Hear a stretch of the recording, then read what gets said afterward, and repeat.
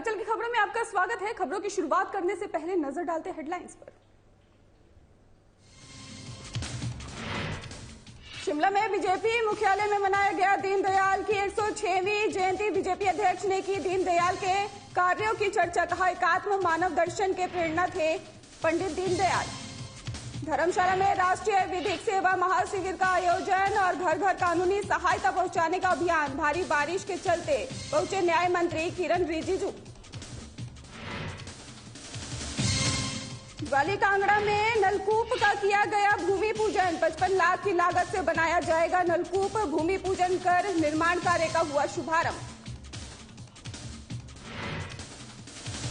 आपके पदाधिकारी ने डाकू से की महर्षि वाल्मीकि की तुलना। वाल्मीकि समुदाय ने एडीएम के माध्यम से राज्यपाल को सौंपा ज्ञापन। उचित कार्रवाई की उठाई मांग।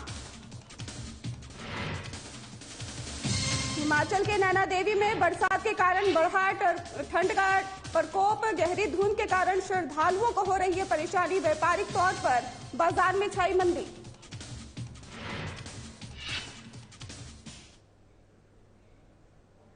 बुलेटिन की शुरुआत करते हैं बड़ी और अहम खबरों के साथ। शिमला बीजेपी प्रदेश अध्यक्ष सुरेश कश्यप, शहर चुनाव प्रभारी देवेंद्र सिंह राणा, संगठन महामंत्री पवन राणा समेत कई बीजेपी नेताओं ने आज बीजेपी मुख्यालय दीपक कमल चक्कर में ही पीएम मोदी के मन की बात कार्यक्रम को देखा और सुना है। वहीं बीजेपी अध्यक्ष सुरेश कश्यप ने कहा है कि ये कार्यक्रम हमें जीवन में दिशा प्रदान करता है और इस कार्यक्रम के माध्यम से हमें भारत के सभी राज्यों और क्षेत्रों के बारे में पता चलता है। वहीं बीजेपी नेताओं ने बीजेपी संस्थापक पंडित दीनदयाल उपाध्याय की 106वीं जयंती पर पुष्पांजलि अर्पित की है और इसके साथ ही उन्हें याद भी किया है। साथ ही इस कार्यक्रम में पंडित दीनदयाल उपाध्याय के जीवन पर एक पत्र का उद्बोधन बीजेपी अनुसूचित मोर्चा के प्रदेश उपाध्याय गौरव कश्यप द्वारा पढ़ा गया। वहीं कश्यप ने कहा है कि एकात्म मानव दर्शन के प्रेरणा पंडित दीनदयाल उपाध्याय को उनकी जन्म जयंती पर सत सत नमन और जिन्होंने राष्ट्र निर्माण में अपना जीवन समर्पित कर दिया, उनके विचार देशवासियों को सदैव प्रेरित करते रहेंगे। आपको बता दें कि शिमला बीजेपी प्रदेश अध्यक्ष सुरेश कश्यप, चुनाव प्रभारी देवेंद्र सिंह राणा, संगठन महामंत्री पवन राणा समेत कई बीजेपी नेताओं ने आज बीजेपी मुख्यालय दीप कमल चक्कर में ही पीएम मोदी के मन की बात कार्यक्रम को देखा है और सुना भी है और इसके साथ ही बीजेपी अध्यक्ष सुरेश कश्यप ने कहा है कि यह कार्यक्रम हमें जीवन में दिशा प्रदान करता है और इस कार्यक्रम के माध्यम से हमें भारत के सभी राज्यों और क्षेत्रों के बारे में पता चलता है। वहीं बीजेपी नेताओं ने बीजेपी संस्थापक पंडित दीनदयाल उपाध्याय की 106वीं जयंती पर पुष्पांजलि अर्पित की है और उन्हें याद किया है। साथ ही इस कार्यक्रम में पंडित दीनदयाल उपाध्याय के जीवन पर एक पत्र का उद्बोधन भी बीजेपी अनुसूचित मोर्चा के प्रदेश उपाध्याय गौरव कश्यप द्वारा पढ़ा गया। वहीं कश्यप ने कहा है कि एकात्म मानव दर्शन के पंडित दीनदयाल उपाध्याय को उनकी जन्म जयंती पर शत शत नमन और इसके साथ ही उन्होंने कहा है कि जिन्होंने राष्ट्र निर्माण में अपना जीवन समर्पित कर दिया, उनके विचार देशवासियों को सदैव प्रेरित करते रहेंगे।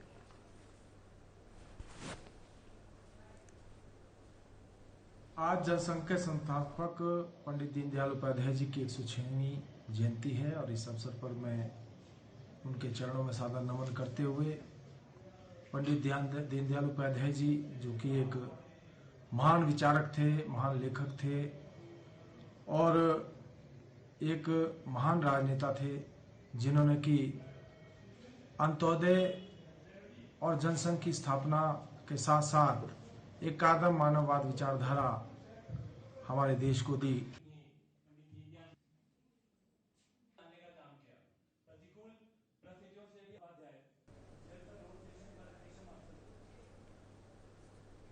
हिमाचल की जनता और उनकी पार्टी को उम्मीद थी कि चुनावी साल में पीएम की ओर से कोई विशेष पैकेज दिया जाएगा ताकि हिमाचल का कर्ज कम हो सके, लेकिन वर्चुअल संबोधन में मोदी सिर्फ हिमाचल के उत्पादों की तारीफ करने की बजाय कुछ नहीं दे पाए।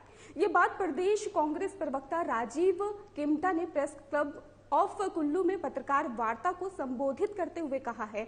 वहीं उन्होंने कहा है कि मंडी की युवा रैली को संकल्प रैली नाम देने की बजाय युवा बेरोजगारी रैली देना चाहती है।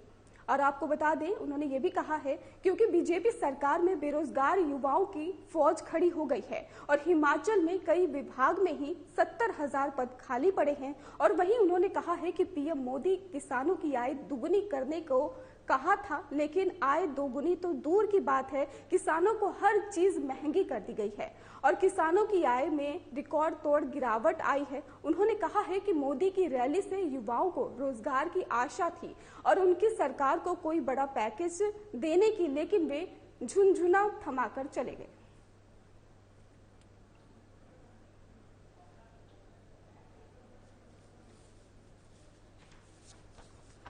आपको बता दें कि हिमाचल की जनता और उनकी पार्टी को उम्मीद थी कि चुनावी साल में पीएम मोदी की ओर से कोई विशेष पैकेज दिया जाएगा, ऐसा विपक्ष का कहना है, ताकि हिमाचल का कर्ज कम हो सके। लेकिन वर्चुअल संबोधन में पीएम मोदी सिर्फ हिमाचल के उत्पादों की तारीफ करने की बजाय कुछ नहीं दे पाए। और ये बात प्रदेश कांग्रेस प्रवक्ता राजीव किमटा ने प्रेस क्लब ऑफ कुल्लू में पत्रकार वार्ता को संबोधित करते हुए कहा है।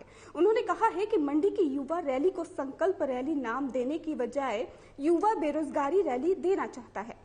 और इसके साथ ही उन्होंने कहा कि बीजेपी सरकार में बेरोजगार युवाओं की फौज खड़ी हो गई है और हिमाचल में कई विभागों में 70,000 पद खाली पड़े हैं। वहीं उन्होंने कहा है कि पीएम मोदी किसानों की आय दुगुनी करने को कहा था, लेकिन आय दोगुनी नहीं हुई है और दूर की बात है अब आय की दोगुनी हो जाए। इसको लेकर किसानों को हर चीज महंगी कर दी गई है और किसानों की आय में रिकॉर्ड तोड़ गिरावट भी आई है।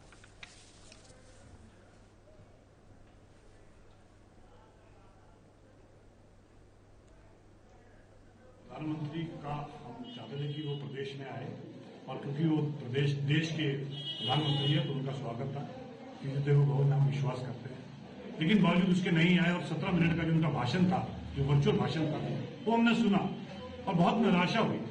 कारण क्या था कि प्रदेश की जनता और शायद उनकी सरकार को उनसे एक आशा थी कि प्रधानमंत्री आएंगे और शायद प्रदेश को दे के जाएंगे, लेकिन ऐसा कुछ नहीं हुआ।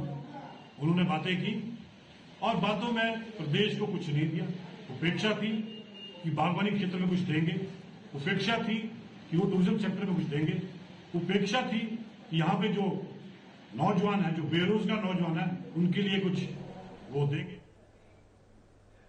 राष्ट्रीय विधिक सेवा प्राधिकरण नई दिल्ली का राष्ट्रीय विधिक सेवा महाशिविर का देवभूमि हिमाचल प्रदेश के धर्मशाला में भारी बारिश के बावजूद भी भव्य आयोजन किया गया, जिसमें हिमाचल प्रदेश के हाई कोर्ट के मुख्य न्यायाधीश अमजद ए सैयद ने बतौर मुख्य अतिथि के तौर पर शिरकत की है और वहीं हिमाचल प्रदेश उच्च न्यायालय के न्यायाधीश और कार्यकारी अध्यक्ष जज सबीना विशेष अतिथि के रूप में मौजूद रहे और इस दौरान दीप प्रज्वलित कर ही कार्यक्रम का शुभारंभ किया गया। और वहीं पुलिस मैदान, आपको बता दें कि धर्मशाला में ही विधिक सेवा महाशिविर शुभारंभ में सर्वोच्च न्यायालय के मुख्य न्यायाधीश उदय उमेश ललित सहित केंद्रीय विधि और न्याय मंत्री किरण रिजिजू ने पहुंचने का शेड्यूल था और लेकिन हिमाचल में मौसम खराब होने के कारण वे शामिल नहीं हो पाए, जिसके चलते ही प्रदेश उच्च न्यायालय के मुख्य न्यायाधीश अमजद ए सईद के तौर पर मुख्य अतिथि शिरकत की है।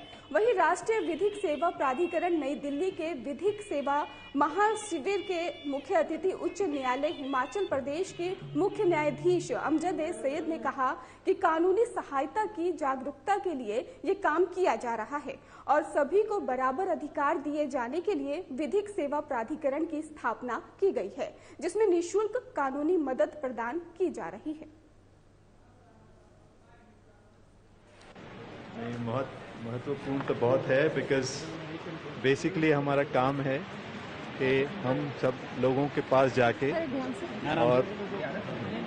और हम जागरूकता पैदा करना चाहते हैं। जिन लोगों को जो योजनाएं, जो हमारी कैंप्स लगी है, जो योजना पहुंचती नहीं है, उनके पास पहुंचे और उनको ये बोले हम कि भाई जिन पे भी अन्याय हो रहा है उन पे आप, और जो कोर्ट नहीं, जो कानून की मदद चाहते हैं वो आप आएँ। हमारे लीगल सर्विसेज अथॉरिटीज़ हैं, ताल्लुक लेवल तक हैं, और आप प्लीज़ उनकी मदद लीजिए एंड हम आपको मुफ्त वकील देंगे, सामने वाली पार्टी के बुलाएंगे, बैठेंगे, बात करेंगे।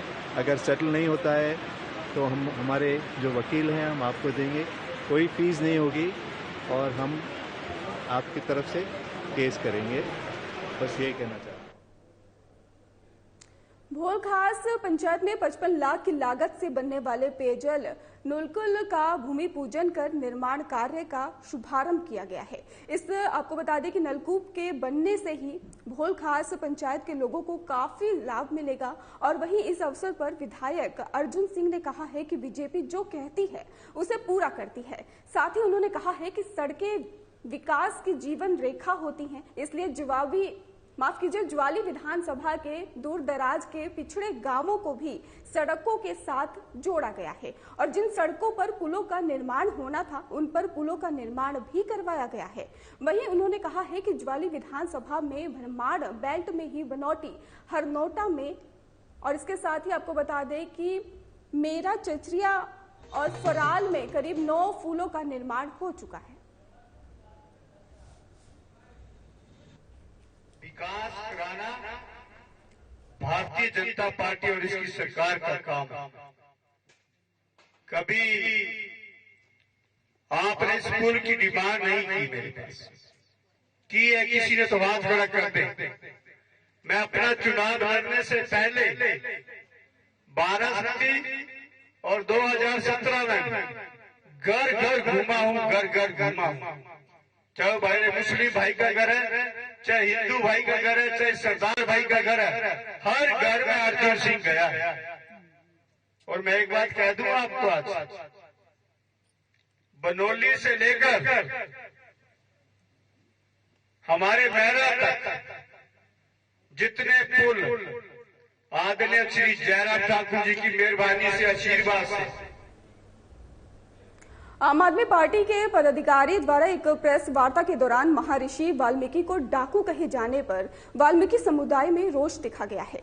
अभी हाल ही में हरियाणा में हुई एक प्रेस कॉन्फ्रेंस के दौरान आम आदमी पार्टी के पदाधिकारी ख्याली राम ने महर्षि वाल्मीकि भगवान की तुलना एक डाकू से की और जिसको लेकर आज भगवान वाल्मीकि संस्कृत भवन में कल्याण कमेटी के सदस्यों ने एडीएम के माध्यम से राज्यपाल को ज्ञापन सौंपा और आम आदमी पार्टी के पदाधिकारियों पर कड़ी कार्रवाई करने की मांग उठाई है और कार्रवाई नहीं होने पर उग्र आंदोलन की चेतावनी भी दी है।